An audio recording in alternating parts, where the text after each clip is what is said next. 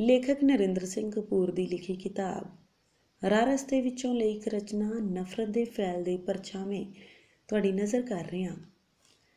ਨਿੰਦਾ ਵਾਂਗ ਨਫ਼ਰਤ ਨੂੰ ਪਸੰਦ ਕੋਈ ਨਹੀਂ ਕਰਦਾ, ਪਰ ਨਿੰਦਾ ਵਾਂਗ ਹੀ ਨਫ਼ਰਤ ਕਰਨ ਨੂੰ ਮਾਣਦੇ ਸਾਰੇ ਨੇ। ਜਿਵੇਂ ਉਧਾਰ ਦਾ ਆਨੰਦ ਉਦੋਂ ਤੱਕ ਹੀ ਹੁੰਦਾ ਹੈ ਜਦੋਂ ਤੱਕ ਭੁਗਤਾਨ ਨਾ ਕੀਤਾ ਜਾਵੇ, ਇਵੇਂ ਹੀ ਨਫ਼ਰਤ ਦਾ ਸਵਾਦ ਉਦੋਂ ਤੱਕ ਹੁੰਦਾ ਹੈ ਜਦੋਂ ਤੱਕ ਅਸੀਂ ਆਪ ਦੂਜਿਆਂ ਦੀ ਨਫ਼ਰਤ ਦਾ ਨਿਸ਼ਾਨਾ ਨਹੀਂ ਬਣ ਜਾਂਦੇ। ਕਿਸੇ ਨੂੰ ਨਫ਼ਰਤ ਕਰਨਾ ਉਵੇਂ ਹੀ ਹੈ ਜਿਵੇਂ ਜ਼ਹਿਰ ਅਸੀਂ ਪੀ ਲਈਏ ਅਤੇ ਉਡੀਕ ਆਪਣੇ ਦੁਸ਼ਮਣ ਦੇ ਮਰਨ ਦੀ ਕਰੀਏ। ਮਨੁੱਖ ਦੀ ਆਦਤ ਹੈ ਦੂਜਿਆਂ ਨੂੰ ਗੁਲਾਮ ਬਣਾਉਣਾ, ਦੂਜਿਆਂ ਨੂੰ ਛੋਟਾ ਸਾਬਤ ਕਰਕੇ ਆਪਣੇ ਵੱਡੇ ਹੋਣ ਦਾ ਭਰਮ ਪਾਲਣਾ। ਜਾਬਰ ਬਾਦਸ਼ਾਹ, ਵਿਦੇਸ਼ੀ ਹਾਕਮ ਅਤੇ ਜ਼ਾਲਮ ਪਿਤਾ ਵਿੱਚ ਅੰਤਰ ਕੇਵਲ ਗੁਲਾਮਾਂ ਦੀ ਗਿਣਤੀ ਦਾ ਹੀ ਹੁੰਦਾ ਹੈ। ਭਾਵੇਂ ਕੋਈ ਕਿੰਨਾ ਵੀ ਸਿਆਣਾ ਹੋਵੇ, ਉਹ ਕਿਸੇ ਨਾ ਕਿਸੇ ਦੀਆਂ ਨਜ਼ਰਾਂ 'ਚ ਮੂਰਖ ਅਤੇ ਬੇਵਕੂਫ ਅਵਸ਼ ਹੁੰਦਾ ਹੈ। ਕੋਈ ਕਿੰਨਾ ਵੀ ਸਾਊ, ਸਿੱਧਾ ਅਤੇ ਇਮਾਨਦਾਰ ਹੋਵੇ, ਕੋਈ ਨਾ ਕੋਈ ਉਸਨੂੰ ਆਪਣੇ ਰਸਤੇ ਦੀ ਰੁਕਾਵਟ ਸਮਝਦਾ ਹੈ ਅਤੇ ਨਫ਼ਰਤ ਕਰਦਾ ਹੈ। ਜਿਉਂ-ਜਿਉਂ ਮੁਕਾਬਲੇ ਦੀ ਬਿਰਤੀ ਵੱਧ ਰਹੀ ਹੈ, ਤਿਉਂ-ਤਿਉਂ ਮਨੁੱਖੀ ਸਬੰਧਾਂ ਅਤੇ ਰਿਸ਼ਤਿਆਂ ਵਿੱਚੋਂ ਧੁੱਪ ਮਿਟਦੀ ਜਾ ਰਹੀ ਹੈ ਅਤੇ ਠੰਡ, ਤਣਾਅ, ਵਿਰੋਧ ਅਤੇ ਨਫ਼ਰਤ ਵੱਧ ਰਹੇ ਨੇ। ਜੋ ਕੁਝ ਅਸੀਂ ਦੂਜਿਆਂ ਦੀ ਪਿੱਠ ਪਿੱਛੇ ਕਹਿਣ ਲੱਗ ਪਏ ਹਾਂ, ਜੇ ਉਹ ਸਭ ਕੁਝ ਉਹਨਾਂ ਦੇ ਸਾਹਮਣੇ ਕਹਿਣ ਲੱਗ ਪਈਏ ਤਾਂ ਸਾਰੇ ਰਿਸ਼ਤਿਆਂ ਅਤੇ ਸਮਾਜ ਦੀ ਹੋਂਦ ਹੀ ਮਿਟ ਜਾਏਗੀ। ਅਸੀਂ ਮੂੰਹ ਫੱਟ ਹੋ ਕੇ ਲੰਮੀ ਗੱਲਬਾਤ ਨਹੀਂ ਕਰ ਸਕਦੇ ਤੇ ਨਾ ਹੀ ਕਿਸੇ ਨਾਲ ਕੋਈ ਸੁਖਾਵਾਂ ਰਿਸ਼ਤਾ ਉਸਾਰ ਸਕਦੇ ਹਾਂ। ਭੈ, ਬੇਯਕੀਨੀ, ਜ਼ਿੰਦਗੀ ਵਿੱਚ ਦਿਲਚਸਪੀ ਦੀ ਘਾਟ, ਇਕੱਲਤਾ, ਅਸਫਲਤਾ, ਜੀਵਨ ਤੇ ਪਕੜ ਦਾ ਢਿੱਲਾ ਪੈਣਾ ਆਦਿ ਕਾਰਨਾਂ ਕਰਕੇ ਸਮਾਜ ਵਿੱਚ ਨਫ਼ਰਤ ਉਪਜਦੀ ਹੈ। ਸਾਡੀ ਨਫ਼ਰਤ ਦਾ ਇੱਕ ਕਾਰਨ ਇਹ ਵੀ ਹੁੰਦਾ ਹੈ ਕਿ ਅਸੀਂ ਦੂਜਿਆਂ ਦੀਆਂ ਖੁਸ਼ੀਆਂ ਅਤੇ ਸੁੱਖਾਂ ਨੂੰ ਵਧਾ ਚੜ੍ਹਾ ਕੇ ਵੇਖਦੇ ਹਾਂ। ਹਰ ਕੋਈ ਆਪਣੇ ਛੋਟੇਪਣ ਪਿੱਛੇ ਲੁਕਿਆ ਹੋਇਆ ਹੈ। ਹਰ ਕੋਈ ਆਪਣੇ ਲਾਲਚ ਅਤੇ ਲੋਭ ਦੀਆਂ ਰੱਸੀਆਂ ਨਾਲ ਕੱਸਿਆ ਪਿਆ ਹੈ। ਅੰਧ ਵਿਸ਼ਵਾਸ, ਭਰਮ ਭੁਲੇਖੇ, ਪੱਖਪਾਤ ਅਤੇ ਨਫ਼ਰਤ ਦੇ ਜਜ਼ਬੇ ਤਰਕ 'ਤੇ ਆਧਾਰਿਤ ਨਹੀਂ ਹੁੰਦੇ। ਇਸੇ ਲਈ ਤਰਕ ਨਾਲ ਨਾ ਇਹਨਾਂ ਨੂੰ ਸਮਝਿਆ ਜਾ ਸਕਦਾ ਹੈ ਅਤੇ ਨਾ ਹੀ ਤਰਕ ਨਾਲ ਇਹਨਾਂ ਨੂੰ ਖਤਮ ਕੀਤਾ ਜਾ ਸਕਦਾ ਹੈ। ਪਿਆਰ ਸਵੀਕਾਰਨ ਵਾਲਾ ਰਾਹ ਹੈ, ਨਫ਼ਰਤ ਨਕਾਰਨ ਵਾਲਾ ਰਸਤਾ ਹੈ। ਦੋਵੇਂ ਰਸਤਿਆਂ ਦੀਆਂ ਦਿਸ਼ਾਵਾਂ ਵੱਖਰੀਆਂ ਨੇ। ਜਿਉਣਾ ਇੱਕ ਉਸਾਰੂ ਕਰਮ ਹੈ। ਨਫ਼ਰਤ ਵਿੱਚ ਜਿਉਂਦੇ ਹੋਣ ਦਾ ਅਹਿਸਾਸ ਨਹੀਂ ਹੁੰਦਾ।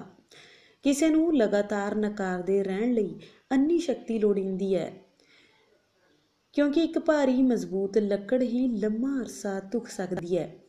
ਨਫ਼ਰਤ ਮਨੁੱਖ ਦੀ ਵਿਨਾਸ਼ ਸ਼ਕਤੀ ਦਾ ਪ੍ਰਗਟਾਵਾ ਹੈ। ਸਧਾਰਨ ਹਾਲਤਾਂ ਵਿੱਚ ਵੀ ਨਫ਼ਰਤ ਨਾਲ ਦ੍ਰਿਸ਼ਟੀ ਥਿੜਕ ਜਾਂਦੀ ਹੈ।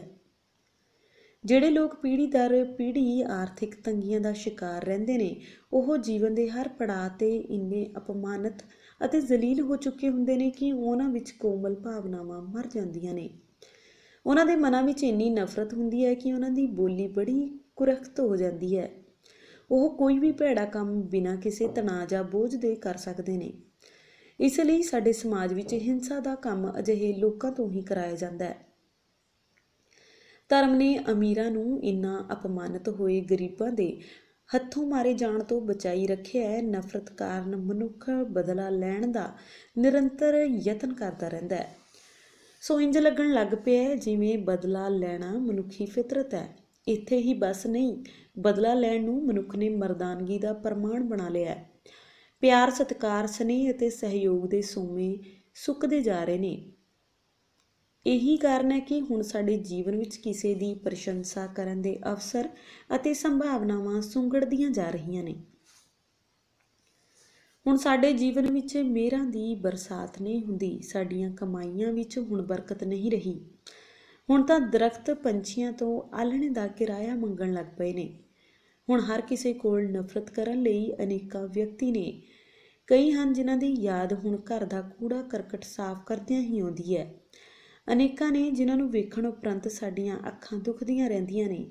ਕਈ ਹੋਣਗੇ ਜਿਨ੍ਹਾਂ ਨਾਲ ਗੱਲਬਾਤ ਕਰਨ ਉਪਰੰਤ ਤੁਹਾਡੀ ਇੱਛਾ ਹੋਏਗੀ ਕਿ ਕਿਸੇ ਜਾਨਵਰ ਨੂੰ ਥਪਕੀ ਦੇਈਏ, ਕਿਸੇ ਬਾਂਦਰ ਨਾਲ ਮੁਸਕਰਾਈਏ ਅਤੇ ਕਿਸੇ ਊਂਠ ਅੱਗੇ ਸਤਿਕਾਰ ਨਾਲ ਸਿਰ ਝੁਕਾਈਏ।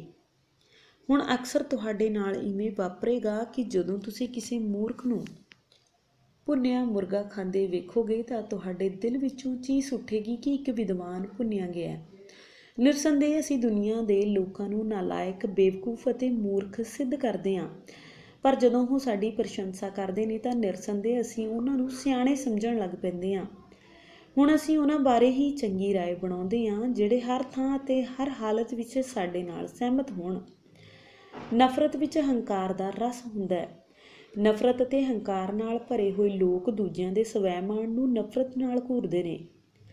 ਜਿਵੇਂ ਸੰਤ ਕਿਸੇ ਦੂਜੇ ਸੰਤ ਦੀ ਮਹਿਮਾ ਨਹੀਂ ਸੁਣ ਸਕਦਾ, ਜਿਵੇਂ ਇੱਕ ਰਾਜਸੀ ਆਗੂ ਕਿਸੇ ਹੋਰ ਰਾਜਸੀ ਆਗੂ ਦੇ ਗੁਣ ਨਹੀਂ ਚਿਤਵ ਸਕਦਾ, ਉਵੇਂ ਹੀ ਇੱਕ ਨਫ਼ਰਤੀ ਬਿਰਤੀ ਵਾਲਾ ਵਿਅਕਤੀ ਇਹ ਕਦੇ ਨਹੀਂ ਸਹਾਰਦਾ ਕਿ ਕਿਸੇ ਵਿਸ਼ੇਸ਼ ਵਿਅਕਤੀ ਨੂੰ ਨਫ਼ਰਤ ਕਰਨ ਵਿੱਚ ਕੋਈ ਹੋਰ ਉਸ ਤੋਂ ਅੱਗੇ ਲੰਘ ਜਾਵੇ। ਦੁਸ਼ਮਣ ਦੀ ਲਾਸ਼ ਵਿੱਚੋਂ ਬੂ ਨਹੀਂ ਆਉਂਦੀ। ਜਿਸ ਵਿਅਕਤੀ ਨੂੰ ਜ਼ਿੰਦਗੀ ਦੀਆਂ ਸਾਧਾਰਨ ਤਸੱਲੀਆਂ ਤੇ ਖੁਸ਼ੀਆਂ ਨਹੀਂ ਮਿਲੀਆਂ ਹੁੰਦੀਆਂ, ਉਹ ਦੂਜਿਆਂ ਨੂੰ ਆਪਣੀਆਂ ਘਾਟਾਂ ਦਾ ਦੋਸ਼ੀ ਮਿੱਥ ਕੇ ਨਫ਼ਰਤ ਕਰਨ ਦੀ ਤਸੱਲੀ ਲੱਭਣ ਲੱਗ ਪੈਂਦਾ ਹੈ। ਮਨੁੱਖ ਦਾ ਪ੍ਰਮੁੱਖ ਉਦੇਸ਼ ਪ੍ਰਸੰਨ ਹੋਣਾ ਹੁੰਦਾ ਹੈ, ਪਰ ਉਹ ਇਹ ਵੀ ਸਹਿਣ ਨਹੀਂ ਕਰ ਸਕਦਾ ਕਿ ਕੋਈ ਹੋਰ ਉਸ ਤੋਂ ਵਧੇਰੇ ਪ੍ਰਸੰਨ ਹੋ ਜਾਵੇ। ਦੁਰਘਟਨਾ ਦੋ ਪ੍ਰਕਾਰ ਦੀ ਹੁੰਦੀ ਹੈ, ਤੁਹਾਡੇ ਨਾਲ ਵਾਪਰੀ ਮਾੜੀ ਘਟਨਾ ਅਤੇ ਤੁਹਾਡੇ ਗੁਆਂਢੀ ਨਾਲ ਵਾਪਰੀ ਚੰਗੀ ਘਟਨਾ। ਚੋਣਾਂ ਵਿੱਚ ਬਹੁਤਿਆਂ ਦਾ ਉਦੇਸ਼ ਆਪ ਜਿੱਤਣਾ ਨਹੀਂ ਹੁੰਦਾ, ਦੂਜਿਆਂ ਨੂੰ ਹਰਾਉਣਾ ਹੁੰਦਾ ਹੈ। ਸਮਾਜਿਕ ਖੇਤਰ 'ਚ ਜਦੋਂ ਕਿਸੇ ਪੁਰਸ਼ ਦੇ ਕਿਸੇ ਇਸਤਰੀ ਨਾਲ ਸੰਬੰਧ ਸੁਖਾਵੇਂ ਨਾ ਰਹਿਣ ਤਾਂ ਉਸਨੂੰ ਪ੍ਰਤੀਤ ਹੋਣ ਲੱਗ ਪੈਂਦਾ ਹੈ ਕਿ ਇਹ ਤਾਂ ਬੁੱਢੀ ਹੁੰਦੀ ਜਾ ਰਹੀ ਹੈ, ਜਾਂ ਇਸਤਰੀ ਸੋਚਦੀ ਹੈ ਚੰਗਾ ਹੋਇਆ ਖਹਿੜਾ ਛੁੱਟਿਆ, ਨਹੀਂ ਤਾਂ ਜੀਵਨ ਭਰ ਦਾ ਰੋਗ ਲੱਗ ਜਾਣਾ ਸੀ। ਨਿਰਸੰਦੇਹ ਨਫ਼ਰਤੀ ਦ੍ਰਿਸ਼ਟੀ ਹਰ ਚੀਜ਼ ਨੂੰ ਕੁਰੂਪ, ਕੋਝੀ, ਬਦਸੂਰਤ ਅਤੇ ਨੀਵੀਂ ਬਣਾਉਂਦੀ ਚਲੀ ਜਾਂਦੀ ਹੈ। ਨਫ਼ਰਤ ਦੀ ਅੱਗ ਸੌਖਿਆਂ ਨਹੀਂ ਬੁਝਦੀ। ਨਫ਼ਰਤ ਮਨੁੱਖ ਨੂੰ ਸੁੰਗੇੜਦੀ ਹੈ, ਤੰਗ ਕਰਦੀ ਹੈ, ਹੰਕਾਰ ਵਿੱਚ ਬੰਨ੍ਹ ਦਿੰਦੀ ਹੈ, ਜਦੋਂ ਕਿ ਸ਼ਰਧਾ ਫੈਲਾਉਂਦੀ ਹੈ, ਉੱਚਾ ਚੁੱਕਦੀ ਹੈ, ਬੰਧਨ ਤੋੜਦੀ ਹੈ ਅਤੇ ਹਰ ਚੀਜ਼ ਨੂੰ ਦੂਜੀ ਨਾਲ ਜੋੜਦੀ ਹੈ। ਸ਼ਰਧਾਵਾਨ ਲੋਕਾਂ ਲਈ ਧਰਤੀ ਸੂਰਜ ਦੁਆਲੇ ਸ਼ਰਧਾ ਨਾਲ ਪਰਿਕਰਮਾ ਕਰਦੀ ਪ੍ਰਤੀਤ ਹੁੰਦੀ ਹੈ। ਪੰਛੀਆਂ ਦੀਆਂ ਆਵਾਜ਼ਾਂ ਵਿੱਚੋਂ ਕੀਰਤਨ ਸੁਣਾਈ ਦਿੰਦਾ ਹੈ, ਪਰ ਨਫ਼ਰਤ ਵਾਲੇ ਵਿਅਕਤੀਆਂ ਨੂੰ ਪੰਛੀਆਂ ਦੀਆਂ ਆਵਾਜ਼ਾਂ ਚੀਕ ਚਿਹਾੜਾ ਹੀ ਪ੍ਰਤੀਤ ਹੁੰਦੀਆਂ ਨੇ। ਫੁੱਲ ਲਗਾਉਣ ਵਾਲਿਆਂ ਦੀ ਗਿਣਤੀ ਸਦਾ ਹੀ ਘੱਟ ਅਤੇ ਤੋੜਨ ਵਾਲਿਆਂ ਦੀ ਸਦਾ ਵਧੇਰੇ ਹੁੰਦੀ ਹੈ। ਜਾਪਾਨੀ ਬਾਗਾਂ 'ਚ ਲਿਖਿਆ ਹੁੰਦਾ ਹੈ, ਫੁੱਲਾਂ ਨੂੰ ਤੁਹਾਡੀ ਉਡੀਕ ਰਹਿੰਦੀ ਹੈ। ਫਰਾਂਸੀਸੀ ਬਾਗਾਂ 'ਚ ਲਿਖਿਆ ਮਿਲਦਾ ਹੈ, ਜਿਹੜੇ ਕੁਦਰਤ ਨੂੰ ਪਿਆਰ ਕਰਦੇ ਨੇ ਉਹ ਫੁੱਲ ਨਹੀਂ ਤੋੜਦੇ। ਅਫਗਾਨੀ ਬਾਗਾਂ 'ਚ ਬੋਰਡ ਲੱਗੇ ਹੁੰਦੇ ਨੇ, ਇੱਥੇ ਫੁੱਲ ਉਗਾਉਣਾ ਮਨ੍ਹਾ ਹੈ। ਬੜੀ ਅਜੀਬ ਗੱਲ ਹੈ ਕਿ ਸੰਸਾਰ ਵਿੱਚ ਨਫ਼ਰਤ ਕਰਨ ਵਾਲੇ ਹੀ ਜੀਵਨ ਵਿੱਚ ਪਿਆਰ ਦੀ ਘਾਟ ਦੀ ਦੁਹਾਈ ਦੇ ਰਹੇ ਨੇ। ਅਜੋਕੇ ਯੁੱਗ 'ਚ ਗਰੀਬ ਉਹ ਹੈ ਜਿਸ ਨੂੰ ਕੋਈ ਨਫ਼ਰਤ ਨਹੀਂ ਕਰਦਾ, ਜਿਸ ਦਾ ਕੋਈ ਦੁਸ਼ਮਣ ਨਹੀਂ ਅਤੇ ਜਿਸ ਨੂੰ ਚੋਰੀ ਜਾਂ ਲੁੱਟੇ ਜਾਣ ਦਾ ਕੋਈ ਸੰਸਾ ਅਤੇ ਭੈ ਨਹੀਂ ਹੈ। ਕਈ ਲੋਕਾਂ ਨੂੰ ਪਤਨਾਲੇ ਵਿੱਚੋਂ ਅਸਮਾਨ ਵੇਖਣ ਦੀ ਆਦਤ ਹੁੰਦੀ ਹੈ। ਅਜਿਹੇ ਲੋਕ ਹਰ ਚੀਜ਼ ਨੂੰ ਸੌੜਾ, ਤੰਗ, ਬੰਦ ਅਤੇ ਸੰਕੀਰਨ ਕਰ ਲੈਂਦੇ ਨੇ। ਉਹ ਆਪ ਹੀ ਨਹੀਂ ਸੁੰਗੜਦੇ, ਉਹਨਾਂ ਦਾ ਸੰਸਾਰ ਵੀ ਸੁੰਗੜ ਜਾਂਦਾ ਹੈ। ਉਹਨਾਂ ਦੇ ਆਲੇ ਦੁਆਲੇ ਤੋਂ ਤੇਜ਼ਾਬ ਦੀ ਗੰਧ ਆਉਂਦੀ ਰਹਿੰਦੀ ਹੈ। ਅਜਿਹੇ ਵਿਅਕਤੀ ਜੀਵਨ ਦੀਆਂ ਕੋਮਲ ਕਲਾਵਾਂ ਅਤੇ ਸੂਖਮ ਜਜ਼ਬਿਆਂ ਤੋਂ ਦੂਰ ਹੁੰਦੇ ਨੇ ਅਤੇ ਅੰਤ ਨੂੰ ਉਹ ਇੰਨੇ ਇਕੱਲੇ ਅਤੇ ਮੁਰਝਾ ਜਾਂਦੇ ਨੇ ਕਿ ਉਹਨਾਂ ਨੂੰ ਆਪਣੇ ਬੱਚਿਆਂ ਦੀਆਂ ਪ੍ਰਾਪਤੀਆਂ ਦਾ ਵੀ ਸਾੜਾ ਹੋਣ ਲੱਗ ਪੈਂਦਾ ਹੈ।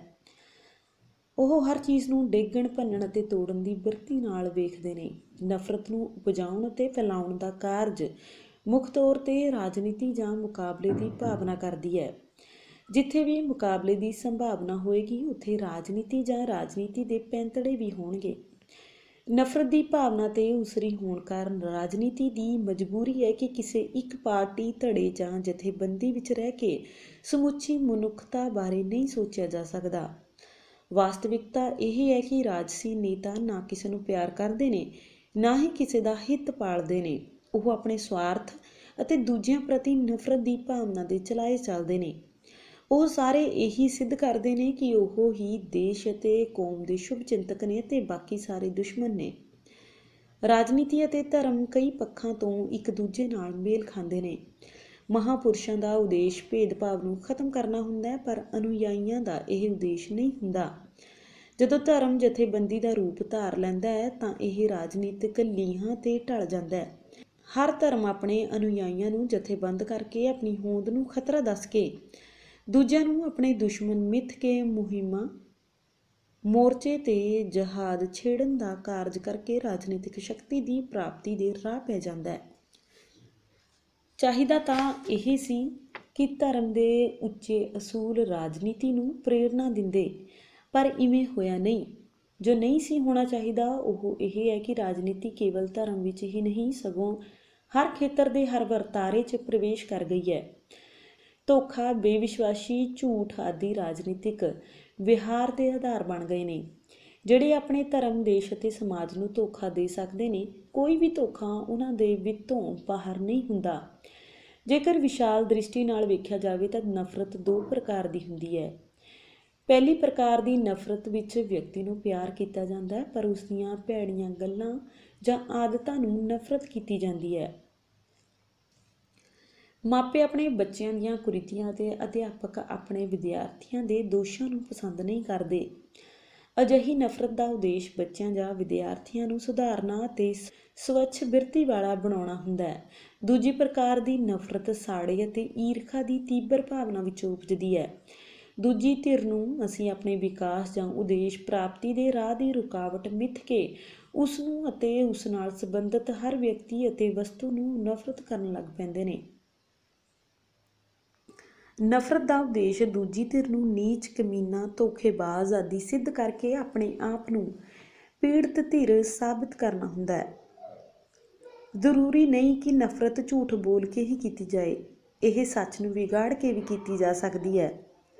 ਆਮ ਕਰਕੇ ਸਾਡੀ ਨਫ਼ਰਤ ਦਾ ਨਿਸ਼ਾਨਾ ਕੋਈ ਇੱਕ ਵਿਅਕਤੀ, ਇੱਕ ਪਰਿਵਾਰ ਜਾਂ ਇੱਕ ਵਰਗ ਹੁੰਦਾ ਹੈ। ਸਮਾਜਿਕ ਖੇਤਰ ਵਿੱਚ ਨਫ਼ਰਤ ਅਨੇਕ ਪੱਧਰਾਂ 'ਤੇ ਪਲਦੀ ਅਤੇ ਫੈਲਦੀ ਹੈ। ਅਮੀਰ ਗਰੀਬ ਨੂੰ ਨਫ਼ਰਤ ਕਰਦਾ ਹੈ ਕਿ ਇਹ ਮਿਹਨਤ ਘੱਟ ਕਰਦਾ ਹੈ ਤੇ ਉਜਰਤ ਵੱਧ ਮੰਗਦਾ ਹੈ। ਗਰੀਬ ਅਮੀਰ ਨੂੰ ਨਫ਼ਰਤ ਕਰਦਾ ਹੈ ਕਿ ਉਹ ਉਸਦੇ ਖੂਨ ਪਸੀਨੇ ਨੂੰ ਨਿਚੋੜਦਾ ਹੈ। ਹਿੰਦੂ ਮੁਸਲਮਾਨਾਂ ਨੂੰ, ਮੁਸਲਮਾਨ ਈਸਾਈਆਂ ਨੂੰ, ਪਾਕਿਸਤਾਨੀ ਭਾਰਤੀਆਂ ਨੂੰ ਅਤੇ ਭਾਰਤੀ ਚੀਨੀਆਂ ਨੂੰ ਆਪਣੇ ਲਈ ਖਤਰਾ ਜਾਣ ਕੇ ਨਫ਼ਰਤ ਕਰਦੇ ਨੇ। ਸਾਡੀ ਗੱਲਬਾਤ ਦਾ 3/4 ਨਾਲੋਂ ਵਧੇਰੇ ਭਾਗ ਕਿਸੇ ਨਾ ਕਿਸੇ ਪ੍ਰਤੀ ਨਫ਼ਰਤ ਦਾ ਪ੍ਰਗਟਾਵਾ ਹੁੰਦਾ ਹੈ। ਧਰਮ ਜਥੇਬੰਦੀਆਂ, ਪਾਰਟੀਆਂ, ਕੰਪਨੀਆਂ ਆਦਿ ਸਮੂਹਿਕ ਨਫ਼ਰਤ ਕਰਨ ਦਾ ਓਹਲਾ ਪ੍ਰਦਾਨ ਕਰਦੀਆਂ ਨੇ। ਜਦੋਂ ਨਫ਼ਰਤ ਤੀਬਰ ਸ਼ਬਦਾਵਲੀ ਰਾਹੀਂ ਪ੍ਰਗਟਾਵੇ ਦਾ ਰੂਪ ਧਾਰ ਲੈਂਦੀ ਹੈ ਤਾਂ ਉਸ ਨੂੰ ਨਿੰਦਾ ਕਹਿੰਦੇ ਨੇ। ਕਿਸੇ ਵੀ ਭਾਸ਼ਾ ਵਿੱਚ ਜਦੋਂ ਧਿਆਨ ਨਾਲ ਵੇਖੀਏ ਤਾਂ ਉਸ ਵਿੱਚ ਪਿਆਰ, ਸਨੇਹ ਅਤੇ ਸਹਿਯੋਗ ਵਾਲੀ ਸ਼ਬਦਾਵਲੀ ਦੇ ਮੁਕਾਬਲੇ ਨਿੰਦਾ ਤੇ ਨਫ਼ਰਤ ਵਾਲੀ ਸ਼ਬਦਾਵਲੀ ਕਈ ਗੁਣਾ ਵਧੇਰੇ ਮਿਲ ਜਾਏਗੀ। ਗਾਲਾਂ ਲੋਕਾਂ ਦੀ ਆਪਣੇ ਵਿਰੋਧੀਆਂ ਪ੍ਰਤੀ ਡੂੰਘੀ ਨਫ਼ਰਤ ਅਤੇ ਬਲਾਤਕਾਰੀ ਰੁਚੀ ਦਾ ਸ਼ਾਬਦਿਕ ਪ੍ਰਗਟਾਵਾ ਹੁੰਦੀਆਂ ਨੇ। ਕਿਸੇ ਵੀ ਵਿਅਕਤੀ, ਪਰਿਵਾਰ ਜਾਂ ਸਮੂਹ ਲਈ ਵਿਸ਼ੇਸ਼ਣਾਂ ਦੀ ਵਰਤੋਂ ਪੱਖਪਾਤ ਤੋਂ ਮੁਕਤ ਹੋ ਕੇ ਕੀਤੀ ਹੀ ਨਹੀਂ ਜਾ ਸਕਦੀ। ਨਫ਼ਰਤ ਵਾਲੀ ਸ਼ਬਦਾਵਲੀ ਨੂੰ ਅਸੀਂ ਵਧੇਰੇ ਜੋਸ਼ ਨਾਲ ਉਚਾਰਦੇ ਹਾਂ। ਨਿੰਦਾ ਨਾਲ ਨਫ਼ਰਤ ਨਹੀਂ ਉਪਜਦੀ, ਨਫ਼ਰਤ ਨਾਲ ਨਿੰਦਾ ਉਪਜਦੀ ਹੈ। ਜੇਕਰ ਜੀਵਨ ਅਤੇ ਅਖਬਾਰਾਂ ਵਿੱਚੋਂ ਨਫ਼ਰਤ ਕੱਢ ਦਿੱਤੀ ਜਾਵੇ ਤਾਂ ਬਹੁਗਿਣਤੀ ਲਈ ਜਿਉਣਾ ਇੱਕ ਮੁਸੀਬਤ ਬਣ ਜਾਵੇਗੀ। ਸਭ ਪ੍ਰਕਾਰ ਦੇ ਵਿਰੋਧ ਨਫ਼ਰਤ ਦੀ ਭਾਵਨਾ ਤੋਂ ਹੀ ਸ਼ਕਤੀ ਪ੍ਰਾਪਤ ਕਰਦੇ ਨੇ। ਪ੍ਰਸ਼ਨ ਪੁੱਛਿਆ ਜਾਂਦਾ ਹੈ ਕਿ ਨਫ਼ਰਤ ਵਿੱਚ ਰਸ ਕਿੱਥੋਂ ਅਤੇ ਕਿਵੇਂ ਉਪਜਦਾ ਹੈ। ਵਿਸ਼ਾਲ ਦ੍ਰਿਸ਼ਟੀ ਨਾਲ ਸੋਚਿਆ ਜਾਵੇ ਤਾਂ ਅਸੀਂ ਸਾਰੇ ਕਿਸੇ ਨਾ ਕਿਸੇ ਪੱਖੋਂ ਥੋੜ੍ਹੇ ਹੋਣ ਕਾਰਨ ਹੀਣ ਭਾਵਨਾ ਦਾ ਸ਼ਿਕਾਰ ਹੁੰਦੇ ਹਾਂ। ਸੋ ਸਾਡੇ ਲਈ ਕਿਸੇ ਨੂੰ ਚੰਗੇਰਾ ਤੇ ਉਚੇਰਾ ਮੰਨਣਾ ਪਰੇਸ਼ਾਨੀ ਦਾ ਕਾਰਨ ਬਣਦਾ ਹੈ। ਅਸੀਂ ਹਰ ਸਮੇਂ ਆਪਣੇ ਆਪ ਨੂੰ ਆਪਣੇ ਨਾਲ ਸੰਬੰਧਿਤ ਵਿਅਕਤੀਆਂ ਨਾਲ ਤੋਲਦੇ ਮਾਪਦੇ ਰਹਿੰਦੇ ਹਾਂ। ਦੂਜਿਆਂ ਨਾਲ ਵਿਚਰਦੇ ਹੋਇਆਂ ਅਸੀਂ ਦੋ ਢੰਗਾਂ ਦੀ ਵਰਤੋਂ ਕਰ ਸਕਦੇ ਹਾਂ। ਦੂਜੇ ਦੇ ਬਰਾਬਰ ਜਾਂ ਉਸ ਤੋਂ ਉੱਚਾ ਉੱਠਣ ਲਈ ਭਰਪੂਰ ਮਿਹਨਤ ਕਰੀਏ, ਜਾਂ ਉਸਦੇ ਅਸਲੀ ਜਾਂ ਝੂਠੇ ਦੋਸ਼ਾਂ, ਔਗੁਣਾਂ ਦਾ ਪ੍ਰਚਾਰ ਕਰਕੇ ਉਸਨੂੰ ਆਪਣੇ ਨਾਲੋਂ ਨੀਵਾਂ ਸਾਬਤ ਕਰੀਏ। ਮਨੁੱਖ ਦਾ ਮਨ ਉਚਾਣਾ ਵੱਲ ਜਾਣ ਦੀ ਥਾਂ ਨਿਵਾਣਾ ਵੱਲ, ਔਖੀਆਂ ਮੁਹਿੰਮਾਂ ਦੀ ਥਾਂ ਸੌਖੀਆਂ ਜਿੱਤਾਂ ਵੱਲ ਦੌੜਦਾ ਹੈ। ਅਸੀਂ ਪਹਿਲਾਂ ਢੰਗ ਤਿਆਗ ਕੇ ਦੂਜਾ ਢੰਗ ਅਪਣਾ ਲੈਂਦੇ ਹਾਂ ਤੇ ਦੂਜੀ ਧਿਰ ਨੂੰ ਨਿੰਦ ਕੇ ਆਪਣੇ ਚੰਗੇ ਹੋਣ ਦਾ ਭਰਮ ਪਾਲਦੇ ਹਾਂ। ਸਾਡਾ ਜੀਵਨ ਤਰਕ, ਵਿਵੇਕ ਅਤੇ ਬੁੱਧੀ ਦੇ ਆਸਰੇ ਨਹੀਂ ਸਗੋਂ ਭਰਮਾਂ ਅਤੇ ਭੁਲੇਖਿਆਂ ਦੇ ਆਸਰੇ ਚੱਲਦਾ ਹੈ। ਬਹੁਤੇ ਲੋਕ ਆਪਣੀਆਂ ਤਾਂਘਾਂ ਅਤੇ ਭਾਵਨਾਵਾਂ ਦੇ ਸੰਘਣੇ ਰੂਪ ਨੂੰ ਤਰਕ ਸਮਝਣ ਦਾ ਭੁਲੇਖਾ ਖਾ ਜਾਂਦੇ ਨੇ। ਜੇਕਰ ਕਿਸੇ ਖੇਤਰ ਵਿੱਚ ਦੋਵੇਂ ਵਿਰੋਧੀ ਭੈੜੇ ਨੇ ਤਾਂ ਦੋਵੇਂ ਦੂਜੀ ਧਿਰ ਨੂੰ ਆਪਣੇ ਨਾਲੋਂ ਵਧੇਰੇ ਭੈੜੀ ਸਿੱਧ ਕਰਨਗੇ। ਸਮਾਜ ਵਿੱਚ ਝੂਠ, ਬੇਈਮਾਨੀ ਆਦਿ ਦੇ ਚੱਲਣ ਦਾ ਕਾਰਨ ਹੀ ਇਹ ਹੈ ਕਿ ਹਰ ਬੇਈਮਾਨ ਨੇ ਆਪਣੇ ਸਾਹਮਣੇ ਇੱਕ ਵਡੇਰਾ ਬੇਈਮਾਨ ਮਿਥਿਆ ਹੋਇਆ ਹੈ, ਜਿਸ ਦਾ ਧਿਆਨ ਧਰ ਕੇ ਉਹ ਆਪਣੇ ਆਪ ਨੂੰ ਧਰਵਾਸ ਦਿੰਦਾ ਕਿ ਉਹ ਉਸ ਜਿੰਨਾ ਬੇਈਮਾਨ ਤਾਂ ਨਹੀਂ। ਨਫ਼ਰਤ ਵਿੱਚੋਂ ਪ੍ਰਾਪਤ ਹੋਣ ਵਾਲੇ ਰਸ ਦਾ ਦੂਜਾ ਸਰੋਤ ਆਪਣੇ ਔਗੁਣਾਂ ਨੂੰ ਛੁਪਾਉਣਾ ਅਤੇ ਇਹਨਾਂ ਦਾ ਦੋਸ਼ ਦੂਜਿਆਂ 'ਤੇ ਮੜ੍ਹਨਾ ਹੁੰਦਾ ਹੈ।